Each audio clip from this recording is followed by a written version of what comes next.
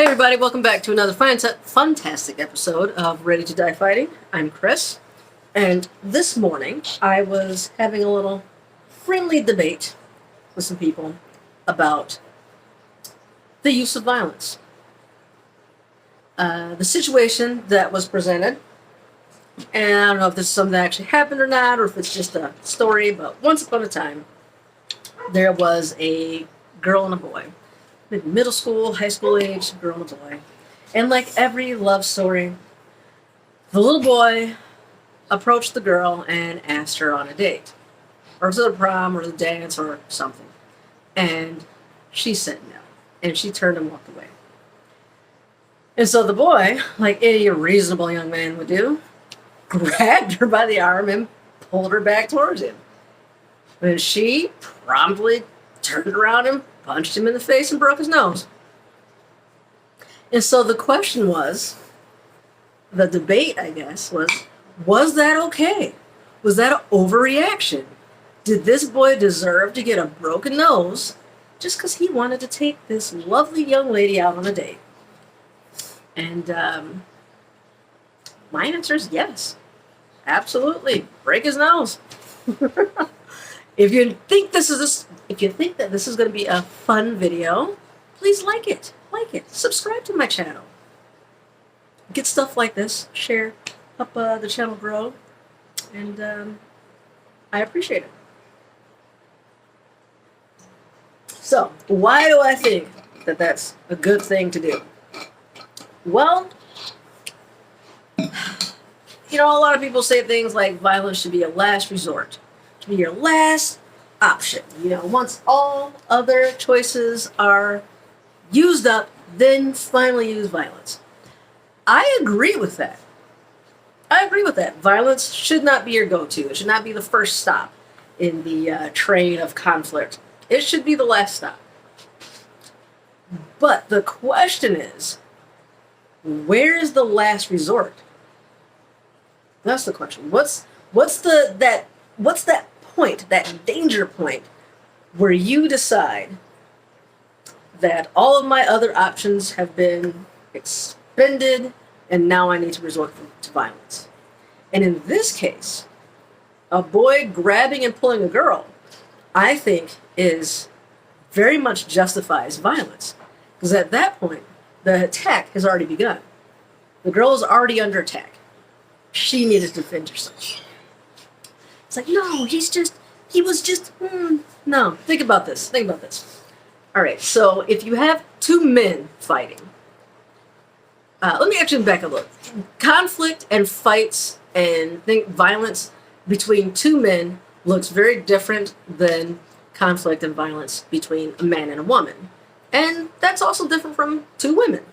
I'm going to ignore two women at this point, just because statistically, I don't know how often that happens, and I haven't really done a bunch of research on that one, but I've watched a ton of video and read about, and I've also had my own personal experiences and listened to the experiences of other people that I know, male and female, and there's some things that I've definitely noticed. And if you want to watch videos on this sort of thing, I highly recommend two different YouTube channels, aside from my own, that you should be watching. And one is Active Self-Protection. John Correa heads up those videos, and he just has hundreds of videos of video footage, security footage, badge cams, whatever, of various attacks. And he will show the attacks, but then break down what kind of warning signs the attacker was presenting before they attacked, how the person responded, handled it, things they could do better, things they did well, all that sort of stuff. And it's really useful, very insightful. Fight Tips is another channel that does something very similar. He doesn't do it as often. His channel isn't dedicated to that one thing. He also talks about, he covers like various fight techniques. He also talks about like mentality and strategy around fighting and things like that as well. Both very good channels, very informative. Highly recommend you watching those and kind of getting a better idea of what an attack may look like. And so, after watching all those, and like I said, my own personal experiences and hearing stories, I've come to the conclusion that men fight each other very differently than how they fight women and how they attack women. A man versus a man, you typically have a bunch of posturing. Yeah, you just pop that in the oven. Take the top off, though. You can't put that top in the oven. Nate's cooking himself some dinner. A little boy knows how to cook. So men attacking a man. There's typically a lot of posturing. There's going to be some shit talking. They're going to get in each other's faces. They may square up first, even. They may push. They may grab each other even and, push the other person off and argue some more. And there's a ton of buildup first before the actual fight happens. Most of the time. If it's a robbery or if it's some kind of like drug deal gone bad or a hit or something like that, that's different. But if we're talking just like a conflict and like a fight, that's how it usually goes. There's a element, I think of as kind of like respect. Men respect other men as actual threats. They may not respect them as a person. They're obviously disrespecting them, calling them names, insulting them, I did this to your mama or whatever. They're disrespecting them, but they respect them as a threat. They respect them as an equal. And their approach reflects that. However, when you watch attacks on women, it's very different. Most of the time, it's an ambush. I don't think I've ever seen a video or heard a story or experienced myself a man squaring up against a woman. I don't think I've ever seen a man like posture and all that against a woman. It's just not really, I'm not going to say it never happens, maybe it does, but it's not really the way things typically go. That's not really the concern or the danger for women. With women, it's a grab and it's a pull most of the time. If you're going to get choked, it starts with a grab and a pull. Jiu-jitsu, you grab and you pull before you do a lot of these chokes. Or at least grab, control in some kind of way. If you're going to get kidnapped, you're getting grabbed and pulled somewhere. You're getting dragged into an alley someplace. You're getting grabbed and pulled. If you're getting raped, you're getting grabbed and pulled to the ground, into a car, bed, whatever. All of these attacks begin with a grab and pull. Like, once the grab and pull happens to women, the attack has started. You're in the danger zone. If a man attacks another man, a grab and pull is a step to the attack. It might be the attack itself, maybe, but not necessarily. It could be a step towards it. I think it kind of depends more on how the person who's getting grabbed and pulled reacts. If they just push off and say, stop, back off, man, I'm warning you, as people suggest, use your words to de-escalate the situation, then it's, a step towards the violence. But for women aren't really given that opportunity. Once the grab and pull happens, the attack has already started. I've been doing martial arts for a long time, most of my life off and on. And inevitably, my friends, family, coworkers, whatever, it comes up. I talk about it for whatever reason. And always, women ask me the same question. Over and over and over.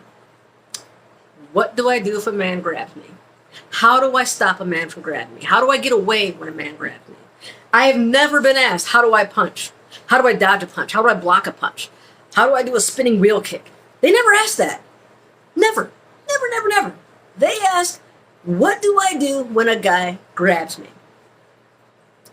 Because that's the danger for us. That's what happens. You're in the danger zone when the grab and pull happens. And so to tell a young girl, it's like, hey, if a guy grabs you and pulls you, use your words, de-escalate, violence is a last resort. She's at the last resort. She's in actual danger right then and there. Now, if she's in the school building and there's teachers around and students around, probably this kid doesn't have a weapon. Probably he's not going to kidnap her. But sexual assault does happen in schools. Physical assault happens in school. And battery. This is interesting. I was talking to a lawyer just the other day, and she told me assault is the threat of violence. If you actually fear someone is threatening with violence, getting in your face, yelling at you, intimidating you, that's assault. Battery starts once they actually attack you. Assault and battery usually go together, but you can assault someone without battery. You pretty much, most of the time, you battery someone, you assault them first, usually, but not always. But assault can stand alone. And so I think everybody has to think for themselves, what's that line for you? What is the last resort? I could make a case that someone getting in your face and yelling at you, that could be the last resort. Because at that point, they are assaulting. If they're threatening you, that's assault. At that point, can you defend yourself? I think so. This person just said they were going to kill me. They said they were going to punch me. They're getting in their face and screaming. I believed him. I felt threatened. I'm going to defend myself. I'm not going to wait for him to punch me first. I'm not going to wait for him to grab me first. He said he was going to hurt me. And he looks like he's going to try to hurt me. I fear for my life. You can defend yourself at that point. But that's something that you need to think about before you get to that point. Before you get in that situation, know where your line in the sand is. And that's going to be completely different for everybody. It's going to change depending on the circumstances, who you're with, how you feel, what's around you. Is it nighttime? Is it dark time? Are you a man? Are you a woman? Are you short, tall, skinny? What's the political environment? Just all that stuff is going to play into it. But you need to think about it. You need to know what you're going to decide and how you're going to react in these situations. And that's really best done beforehand instead of in the moment. Because in the moment, it's like, oh, should I wait until he's in my face? Should I wait until he's threatened me? Should I wait until he grabs me? Should I wait until he hits me? For women, the hit may never come. If you wait, it's like, no, wait until he punches you first. You can get dragged into a car. You can get dragged into an alley and never get punched. You can get slammed up against a wall and choked to death and never get punched. You can't necessarily make the rule wait until you get punched. Especially as a woman, that doesn't really make sense. For me, the grab and the pull, that's the danger zone. I've been in that situation before. And maybe I'll share that story in a different video just to keep this one short. But that's a scary place to be in, to have someone grabbing and pulling you that you don't know and don't want that to happen. That's not good. And at that point, you are in danger. And at that point, you need to fight as though you are in danger. Recognize the danger that you're in. I think that's all I have to say about this. I hope that's useful to you. I hope it gives you something to think about. Take some martial arts classes. It's fun. You learn to be safer and all that. I love it. Thanks for watching.